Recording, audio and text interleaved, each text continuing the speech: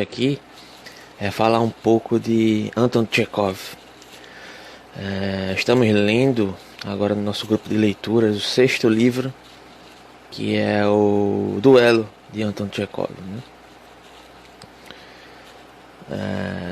Eu gostaria de fazer algumas relações com a história que conseguimos ler até então e com os aspectos supostamente teóricos que existem aqui as intencionalidades, né, do autor com o seu modo de escrever. Chekhov é compreendido como um literato, né, um escritor conhecido por escrever contos geralmente curtos, né? O Duelo é um dos seus maiores textos, com 170 páginas, mais ou menos. Texto pelo qual ele se propõe a fazer ao seu modelo de escrita um diálogo entre percepções supostamente morais que se colocam como contraditórias, ao mesmo tempo em que ele não coloca nenhum tipo de tom moralizante nessa escrita, né? Ao contrário de autores como, por exemplo, Dostoiévski, que apesar de colocar intencionalidades em situações limite ao que Dostoiévski poderia considerar situações escatológicas, né, da questão humana, para aí sim mostrar ao final de sua contextualização, como por exemplo em Irmãos Karamazov, Crime e Castigo, apesar de não deixar muito claro o posicionamento das personagens sobre determinados aspectos e suas intencionalidades, mas suas obras têm em si um tom final geralmente totalizante por uma perspectiva moral, né? Como por exemplo a máxima de Irmãos Karamazov, que se Deus não existisse, tudo seria permitido, que nos dá uma oportunidade, uma possibilidade de interpretar quais seriam as intencionalidades do autor.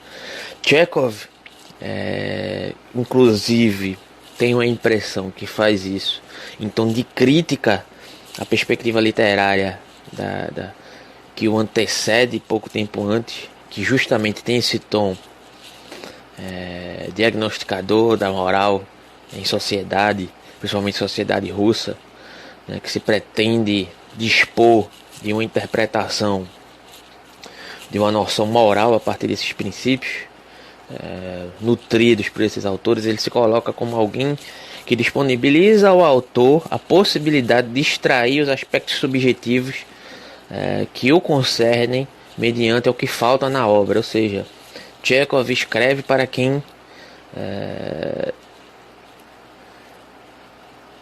quiser, para quem tiver intencionalidade, na verdade, de extrair as suas próprias interpretações do seu texto, apesar de tratar questões bem específicas, como aqui eu vou falar, que permeavam sua época, problemas que permeavam ali o seu período histórico e que permeavam também a sua mente, né?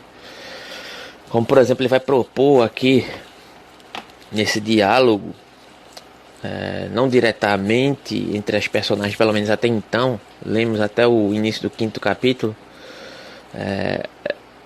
o diálogo entre essas duas personagens, né? Uma delas, alguém tido como alguém boêmio, alguém que de certa maneira tem uma fraqueza considerada pueril pela outra personagem, que é um cientificista, mas esse primeiro personagem, é considerado que possui uma fraqueza pueril no que refere a comportamentos obtusos ligados a noções de sexualidade, né, que tende a se comportar de uma maneira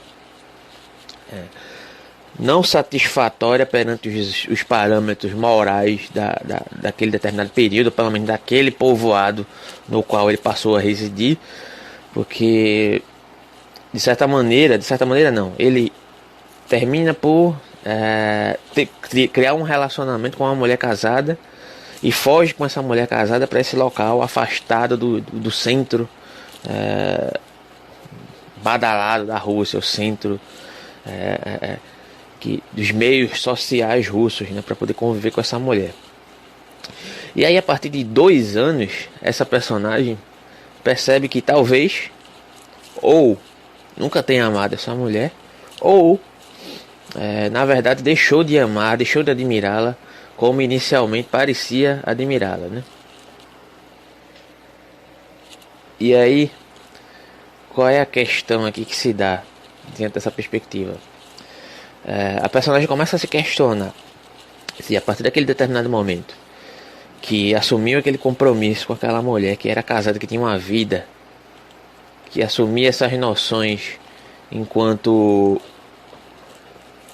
que assumia esse relacionamento, na verdade, enquanto uma possibilidade de afirmação da vida. E isso ele representa de afirmação da vida de um modo intelectual que nutria uma admiração por essa mulher, porque ela era uma grande leitora de um utilitarista chamado Spencer, e isso o fazia admirá-la, né?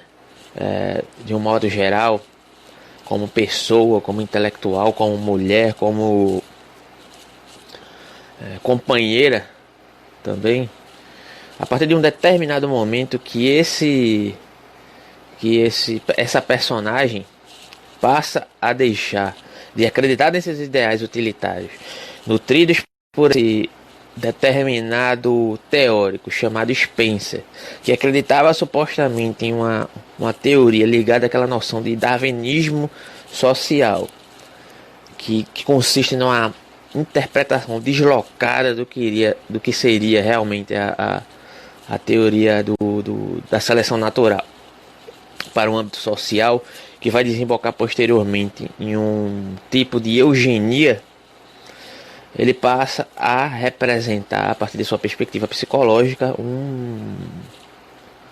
como eu poderia dizer, um desprezo por essa mulher, mesmo que seja nutrido por sua covardia perante assumir um determinado relacionamento, ou supostamente realmente um deixar de admirar essa mulher por conta de perceber que aquilo que nutria a sua admiração por ela já não necessariamente se sustenta, né? O primeiro ponto que ele levanta aqui referente a essa questão, no que concerne a história, né? Concerne ao desenrolar da história. E aí, posteriormente, ele nos coloca aqui perante uma afirmação de entender que essa primeira personagem que se coloca aqui, que é o Laevski, né? Que é um boêmio, que é um indivíduo que não tem o mínimo de interesse ou consideração pela mulher, que supostamente nutre ideais duvidosos, né? No mínimo duvidosos. Ainda assim é um indivíduo que se comporta como um canalha e não tem a mínima consideração por outrem, e simplesmente é uma personagem egoísta que só pensa em si, e que nutre ideais a partir da perspectiva de não se fixar em uma responsabilidade pelo outro, porque essa personagem, em um determinado momento, quando conhece essa mulher, estava no centro de Moscou, não se sentia satisfeita com aquela situação que vivia naquele local, e vem morar no interior da Rússia com essa mulher, e após 2 anos não se sente satisfeita com essa mulher, e sente uma necessidade de voltar para onde veio, onde já não se encontrava satisfeito. Podemos interpretar como uma imaturidade psicológica dessa personagem, e que na verdade provavelmente está com ela, né? Só que aí tem essas outras questões que eu acabei de falar, né? Será que realmente é uma imaturidade psicológica dessa personagem? Ou será que essa personagem percebe que a partir de determinado momento aqueles valores que ela nutria já não fazem ter admiração mais por aquela mulher? E ao mesmo tempo essa personagem passa a imputar várias situações para nutrir essa suposta, né, projeção maldita que ele tem, por essa suposta revelação que ele tem sobre a figura da mulher, para poder justificar essa covardia, né? O primeiro ponto é esse. O segundo ponto é que surge uma outra personagem, um cientificista, né? que vai criticar a figura do Laevski mediante justamente esses pressupostos darwinistas sociais, certo? Traçando uma noção psicológica do Laevski que condiz com o seu comportamento no livro, porém que baseia seus pressupostos morais a partir dessa noção de darwinismo social, e chega a dizer várias vezes que o Laevski precisa ser eliminado porque ele se comporta como um fraco e os fracos devem ser eliminados para que a sociedade prospere. E aí, ao mesmo tempo que ele desenrola essa inicialmente, não deixa muito claro quais são os pressupostos dessa personagem, esse cientificista, esse zoólogo que odeia o Laevski, a figura do Laevski com a quase obsessão, que é o Von Koren, né? É o Von Koren, o zoólogo. Posteriormente a nos revelar quais são os pressupostos que estão por trás da análise do Von Koren para a análise psicológica que ele faz supostamente do Laevski, começamos a duvidar realmente se o problema está na personagem do Laevski ou se está na percepção do cientificista Von Koren, zoólogo, né? E seus pressupostos absurdos. Em determinado momento ele chega a citar Tolstói, em contraponto Schopenhauer e Spencer, né? Tolstói, creio eu, baseado em seus arroubos de vida pessoal, que duraram quase uma vida inteira, que se assemelha muito ao comportamento do Laevski, que é um comportamento boêmio, despreocupado, efêmero, no que condiz às perspectivas de afirmação da vida em si, enquanto aspectos corpóreos, lascivos, boêmios, né? E o Schopenhauer, em relação ao Spencer, como eu já disse, o Spencer era um utilitarista que aderiu essa noção do darwinismo social como um tipo de utilitarismo e organização social baseado em uma distorção da perspectiva darwinista de seleção natural. E o Schopenhauer ele se assemelharia aqui nesse contexto porque entende que existe uma ordem, uma analogia de correspondência supostamente natural que está delegada a uma circunscrição da vontade como uma ordem necessária no mundo que poderia se assemelhar aqui a essa ordem de seleção natural, né? Ou seja, se existe uma vontade que é cega, que está relacionada analogamente com um suposto fundamento de vida e que não podemos controlá-la, podemos supor que existe uma ordem moral acima da nossa compreensão, que tende a suplantar apenas aqueles que são capazes de se adaptarem aqui nesse contexto ou de se afirmarem enquanto fortes, né?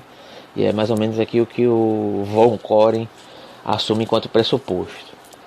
O que eu concluo aqui dessa primeira parte é que o Chekhov, com seu estilo de escrita, ele não se propõe a nos dar respostas moralizantes, mas ele está colocando em questão dúvidas ou arroubos ou preocupações que ele tinha daquele determinado período, para deixar